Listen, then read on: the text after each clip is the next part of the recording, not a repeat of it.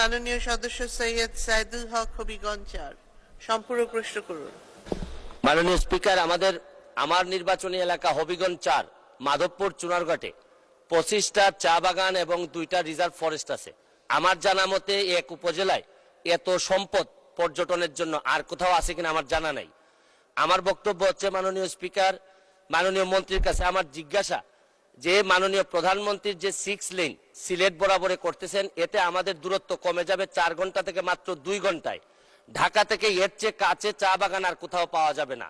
তো পর্যটন মন্ত্রণালয়ের এইরকম মাননীয় প্রধানমন্ত্রীর এই স্পিডের সাথে তারা আমাদের এই পর্যটনটাকে সামনের দিকে নিয়ে যাওয়ার জন্য কিছু করবেন কিনা।